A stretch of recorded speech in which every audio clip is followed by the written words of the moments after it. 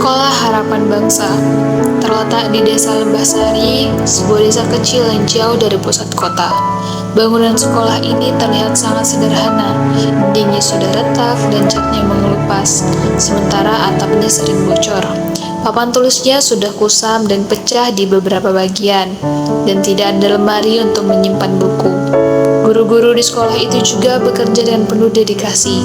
Mereka rela mengajar tanpa proyektor, tanpa alat bantu modern, hanya berbekal papan tulis dan semangat mengabdi.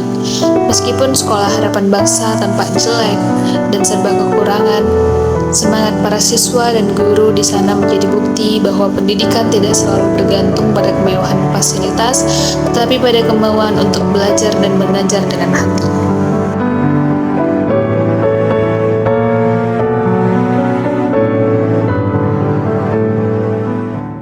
Jadi anak-anak di sini kita akan belajar menentukan nilai A. Apa semuanya sudah bisa?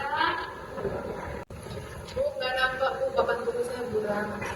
Oh iya, mohon maaf ya anak-anak, fasilitas sekolah kita kan agak kurang, jadi mohon anak-anak untuk bersabar ya, sembari kita menyiapkan fasilitas yang lebih baik untuk sekolah kita. Oke, kita lanjutkan pelajaran kita ya. Ya Bu.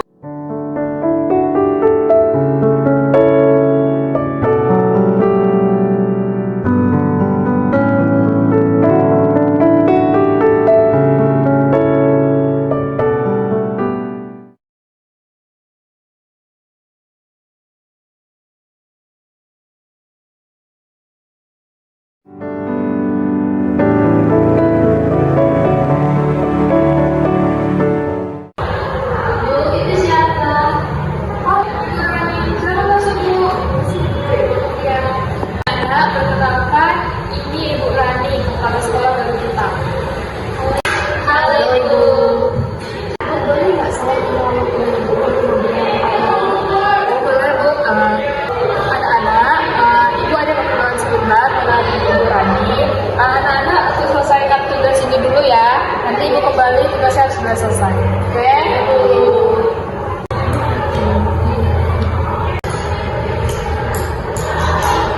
Keperluan apa ya, Bu Rani? Saya itu mau ngomongin tentang fasilitas sekolah ini, Bu.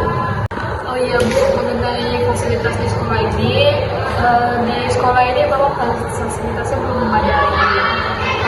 Papan tulis masih kurang rapi, meja dan kursi nggak ada, makanya tadi anak-anak kita belajarnya lesehan. Nanti saya sampaikan dulu ke Ibu Komite buat ngomong tentang fasilitas ini. Soalnya kasihan juga kan anak-anak lesehan, terus papan tulisnya buruk. Oke Bu, nanti setelah Ibu ngomong ke Bu Komite, Ibu bisa adakan papan, nanti kita ngomongin mengenai fasilitas ini, dan kita bisa minta tolong ke Ibu Lurah untuk membantu fasilitas kita di sekolah ini.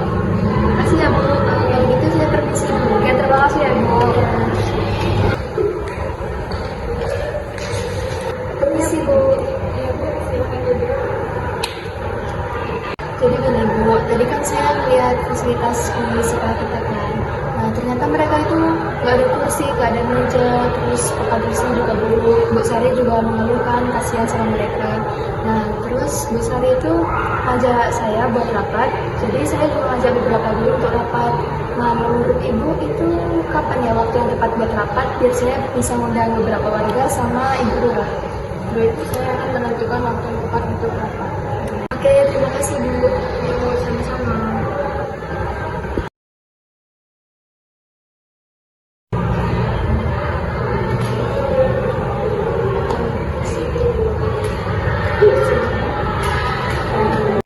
Oke, mari kita mulai rapatnya ya Bu. Oke, yang pertama bisa disampaikan dulu oleh Ibu Sari karena beliau kan yang tahu bagaimana kondisi kelas, bagaimana kondisi siswa. Ibu Sari silakan. Terima kasih kepada Bu Rani setelah memberikan waktu pada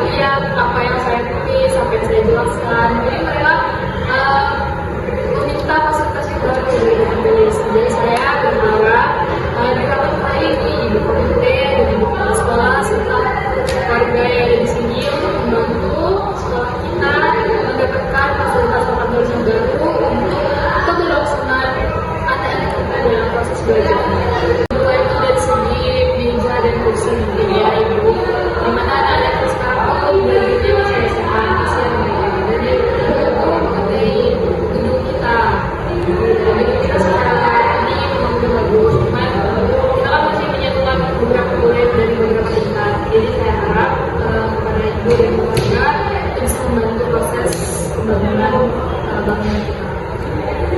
Terima kasih, mungkin ini saja yang bisa saya sampaikan. Saya kembali lagi mungkin ada yang berani.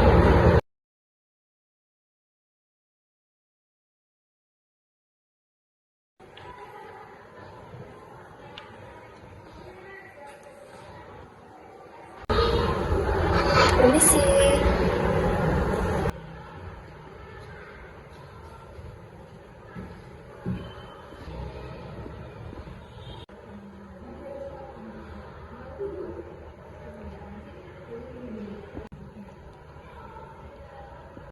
Jadi gini Bu, kedatangan kami ke sini itu untuk menggerakkan warga sama orang tua untuk membantu sekolah.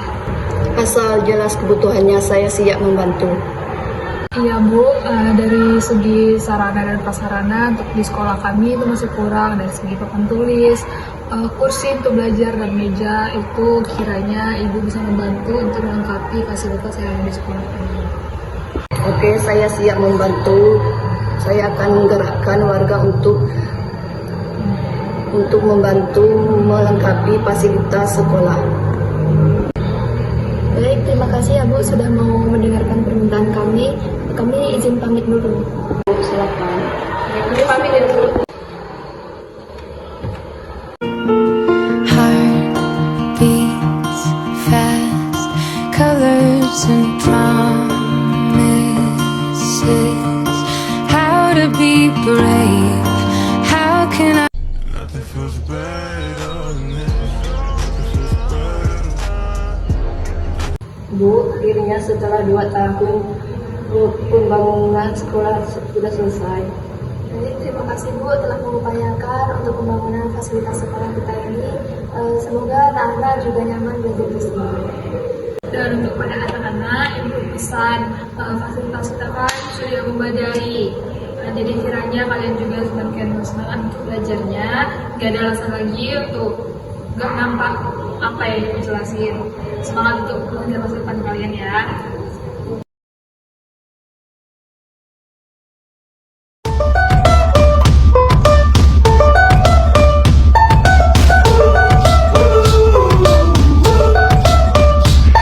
I had a dream so big and loud. I jumped so high, I touched the clouds. Whoa, oh, oh, oh, oh, oh. Selamat pagi anak-anak. Anak-anak, sekarang kita kan sudah memasuki tahun ajaran baru. Nah, kalian juga sudah naik kelas ke kelas 3 SMA ya. Dan tahun ajaran ini Menteri Pendidikan kita mengeluarkan kurikulum baru yaitu kurikulum 2022. Di mana kurikulum 2022 ini berbasis teknologi dan pembinaan karakter. Ibu harap kepada murid Ibu semuanya untuk bisa beradaptasi dengan teknologi yang ada sekarang. Karena kita kurikulum ini nggak jauh dari teknologi dan pembinaan karakter. Oke? Oke, Bu. Oke, semuanya sudah mengertikan? Mari kita mulai pelajaran pada pagi hari ini ya.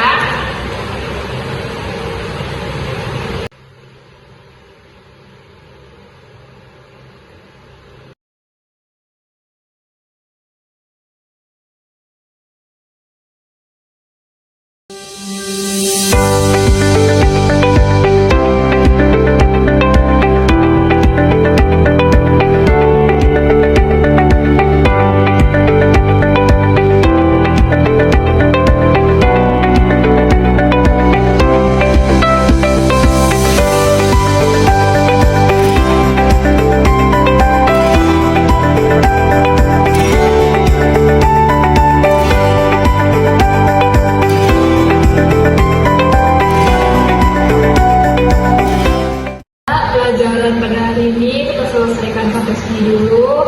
Kiranya anak-anak bisa beradaptasi dengan kurikulum kita yang baru. Nanti ada guru yang masuk lagi? Ada guru. Siapa ya? Guru besar. Oh, oke, kalau begitu Ibu keluar dulu ya, kita sudahin pelajaran ini pada hari ini. Terima kasih. Siap anak-anak.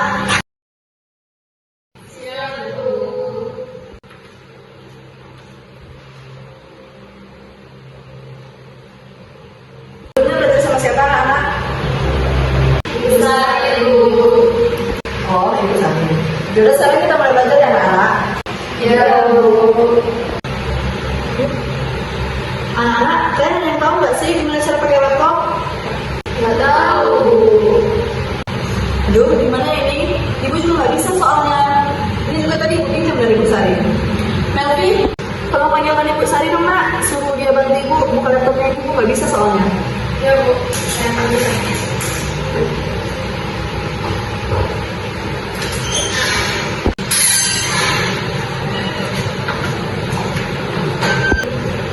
Ada apa ya, Ibu? Atau Ibu panggil saya? Ini Sari, tolong bantu saya. Saya nggak tahu nih cara pakainya gimana. Oh, Ibu nggak tahu. Jadi begini ya, Bu.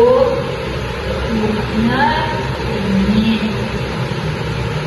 Oh, Ibu sudah masuk ke tampilan laptopnya.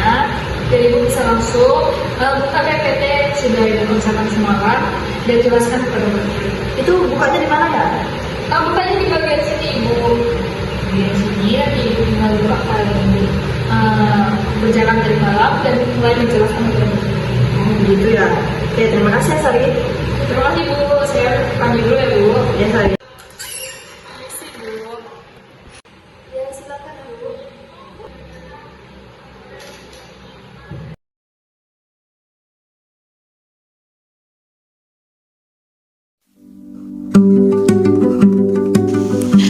Pengelolaan pendidik dan tenaga kependidikan adalah proses mengatur, mengembangkan, dan memperdayakan guru serta staf sekolah agar dapat bekerja secara profesional dan efektif dalam mencapai tujuan pendidikan. Tujuannya agar pendidik dan tenaga kependidikan dapat menjalankan tugasnya secara profesional, efektif, dan berkelanjutan, sehingga mutu pendidikan di sekolah dapat meningkat. Jadi, di sini kami melakukan pelatihan untuk meningkatkan kemampuan, keterampilan, dan profesionalisme guru maupun staf sekolah agar dapat melaksanakan tugasnya secara lebih efektif dan sesuai perkembangan pendidikan. Juga berfungsi sebagai sarana pengembangan sumber daya manusia pendidikan agar sekolah memiliki tenaga yang kompeten dan siap menghadapi tantangan pendidikan masa kini.